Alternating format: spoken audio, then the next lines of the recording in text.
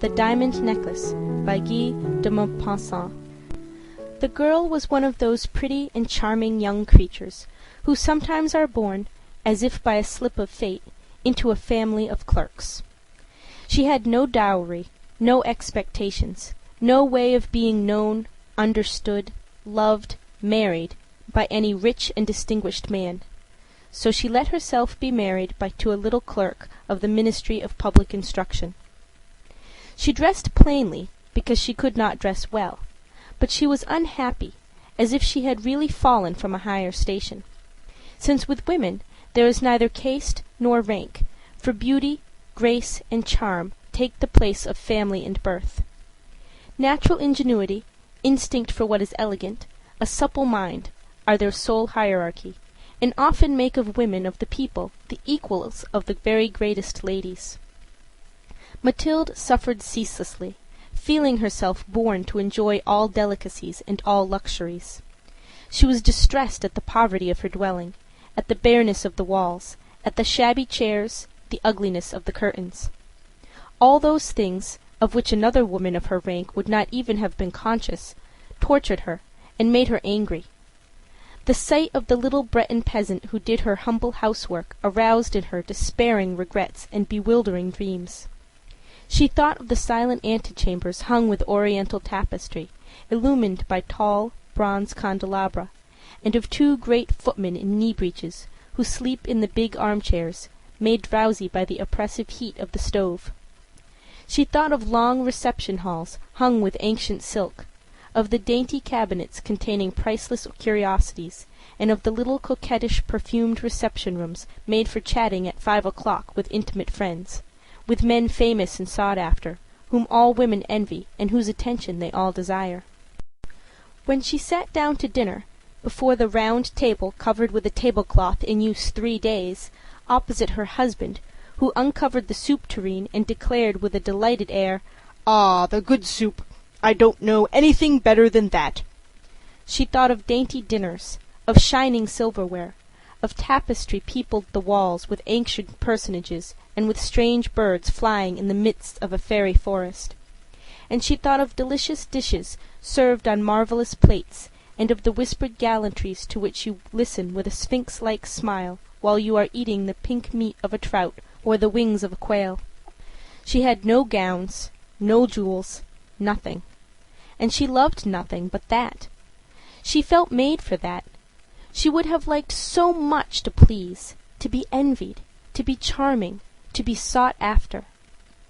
She had a friend, a former schoolmate at the convent, who was rich, and whom she did not like to go to see any more, because she felt so sad when she came home. But one evening her husband reached home with a triumphant air, and holding a large envelope in his hand. "There," said he, "there is something for you." She tore the paper quickly, and drew out a printed card which bore these words: "The Minister of Public Instruction and Madame Georges Ramponneau request the honor of Monsieur and Madame Loisel's company at the Palace of the Ministry on Monday evening, January 18th. Instead of being delighted, as her husband had hoped, she threw the invitation on the table crossly, muttering, "What do you wish me to do with that?" "Why, my dear, I thought you would be glad. You never go out, and this is such a fine opportunity. I had great trouble to get it. Every one wants to go. It is very select, and they are not giving many invitations to clerks. The whole official world will be there." She looked at him with an irritated glance, and said impatiently, "And what do you wish me to put on my back?" He had not thought of that. He stammered, Why, the gown you go to the theatre in. It looks very well to me." He stopped, distracted, seeing that his wife was weeping. 2 great tears ran slowly from the corners of her eyes towards the corners of her mouth. "What's the matter? What's the matter?" he answered. By a violent effort she conquered her grief, and replied in a calm voice, while she wiped her wet cheeks, "Nothing, only I have no gown, and therefore I can't go to this ball. Give your card to some colleague whose wife is better equipped than I am." He was in despair. He resumed, "Come, Let us see, Mathilde. How much would it cost, a suitable gown, which you could use on other occasions? Something very simple." She reflected several seconds, making her calculations, and wondering also what sum she could ask without drawing herself an immediate refusal and a frightened exclamation from the economical clerk. Finally she replied, hesitating, I don't know exactly, but I think I could manage it with 400 francs. He grew a little pale, because he was laying aside just that amount to buy a gun and treat himself to a little shooting next summer on the plain of Nanterre with several friends who went to shoot larks there of a Sunday. But he said, "Very well, I will give you 400 francs, and try to have a pretty gown." The day of the ball drew near, and Madame Loisel seemed sad, uneasy, anxious. Her frock was ready, however. Her husband said to her one evening, "What is the matter? Come, you have seemed very queer these last 3 days." And she answered, "It annoys me not to have a single piece of jewelry, not a single ornament, nothing to put on. I shall look poverty-stricken. I would almost rather not go at all." "You might wear natural flowers," said her husband. "They're very stylish at this time of year. For 10 francs you could get 2 or 3 magnificent roses." She was not convinced. "No, there's nothing more humiliating than to look poor among other women who are rich." "How stupid you are!" her husband cried. "Go look up your friend, Madame Forestier, and ask her to lend you some jewels. You're intimate enough with her to do that." She uttered a cry of joy. "True! I never thought of it." The next day she went to her friend and told her of her distress. Madame Forestier went to a wardrobe with a mirror, took out a large jewel box, brought it back, opened it, and said to Madame Loisel, "Choose, my dear." She saw first some bracelets, then a pearl necklace, then a Venetian gold cross set with precious stones, of admirable workmanship. She tried on the ornaments before the mirror, hesitated, and could not make up her mind to part with them, to give them back. She kept asking, "Haven't you any more?" "Why, yes. Look further. I don't know what you like." Suddenly she discovered, in a black satin box, a superb diamond necklace, and her heart throbbed with an immoderate desire. Her hands trembled as she took it. She fastened it round her throat, outside her high-necked waist, and was lost in ecstasy at her reflection in the mirror. Then she asked, hesitating, filled with anxious doubt, "Will you lend me this? Only this?" "Why, yes, certainly." She threw her arms around her friend's neck, kissed her passionately, then fled with her treasure. The night of the ball arrived. Madame Loisel was a great success. She was prettier than any other woman present, elegant, graceful, smiling and wild with joy. All the men looked at her, asked her name, sought to be introduced. All the attachés of the cabinet wished to waltz with her. She was remarked by the minister himself. She danced with rapture, with passion, intoxicated by pleasure, forgetting all in the triumph of her beauty, in the glory of her success, in a sort of cloud of happiness comprised of all this homage, admiration, these awakened desires, and of that sense of triumph which is so sweet to woman's heart. She left the ball about 4 o'clock in the morning. Her husband had been sleeping since midnight in a little deserted anteroom with 3 other gentlemen whose wives were enjoying the ball. He threw over her shoulders the wraps he had brought, the modest wraps of common life, the poverty of which contrasted with the elegance of the ball dress. She felt this, and wished to escape so as not to be remarked by the other women, who were enveloping themselves in costly furs. Loisel held her back, saying, "Wait a bit.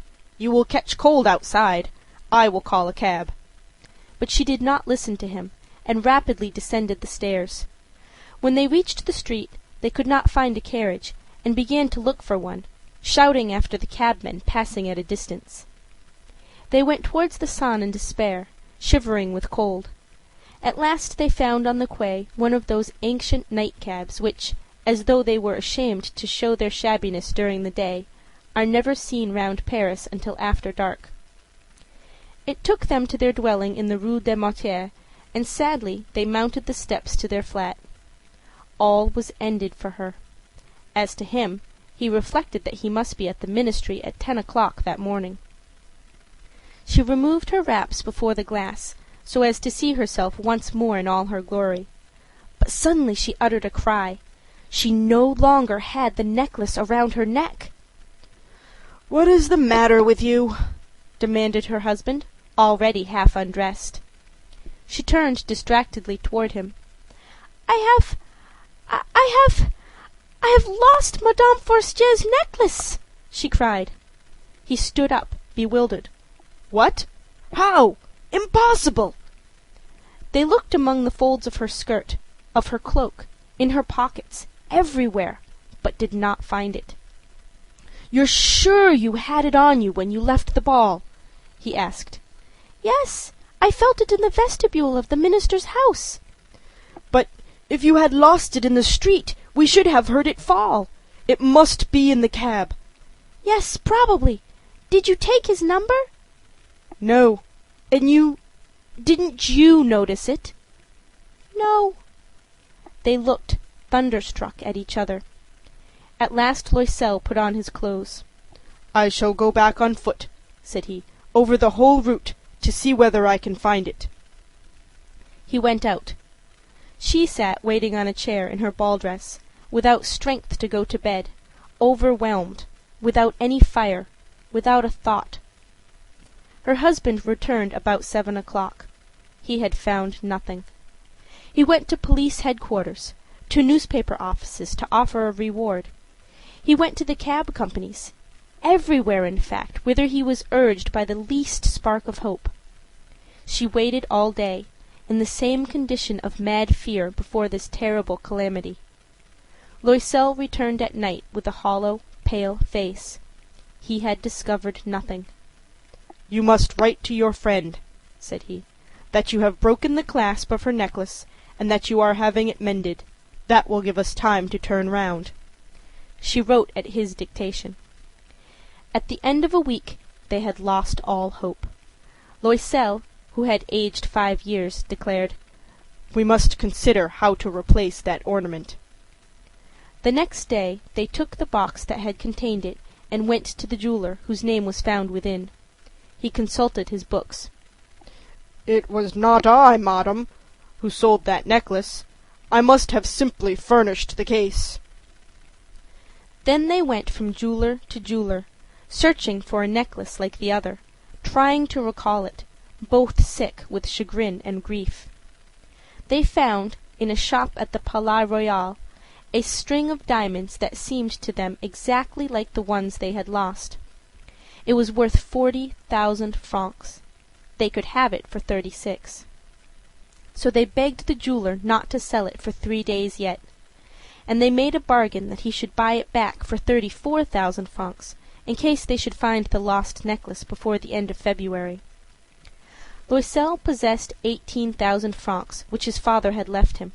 He would borrow the rest. He did borrow, asking 1,000 francs of one, 500 of another, 5 louis here, 3 louis there. He gave notes, took up ruinous obligations, dealt with usurers and all the race of lenders.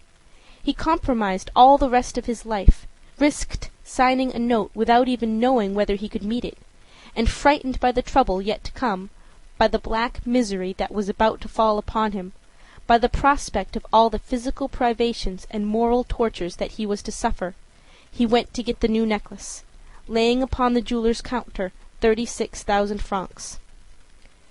When Madame Loisel took back the necklace, Madame Forestier said to her with a chilly manner, "You should have returned it sooner. I might have needed it." She did not open the case, as her friend had so much feared. If she had detected the substitution, what would she have thought? What would she have said? Would she not have taken Madame Loisel for a thief? Thereafter Madame Loisel knew the horrible existence of the needy. She bore her part, however, with sudden heroism. That dreadful debt must be paid. she would pay it. They dismissed their servant. They changed their lodgings. They rented a garret under the roof. She came to know what heavy housework meant, and the odious cares of the kitchen. She washed the dishes, using her dainty fingers and rosy nails on greasy pots and pans. She washed the soiled linen, the shirts and the dishcloths, which she dried upon a line. She carried the slops down to the street every morning, and carried up the water, stopping for breath at every landing. And dressed like a woman of the people, she went to the fruiterer, the grocer, the butcher, a basket on her arm, bargaining, meeting with impertinence, defending her miserable money sou by sou. Every month they had to meet some notes, renew others, obtain more time. Her husband worked evenings, making up a tradesman's accounts, and late at night he often copied manuscript for 5 sous a page. This life lasted 10 years. At the end of 10 years they had paid everything, with the rates of usury and the accumulations of the compound interest. Madame Loisel looked old now. She had become the woman of impoverished households, strong and hard and rough. With frowsy hair, skirts askew, and red hands, she talked loud while washing the floors with great swishes of water.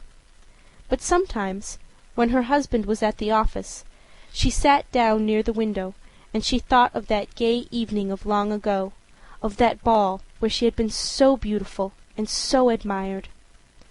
What would have happened if she had not lost that necklace? Who knows? Who knows?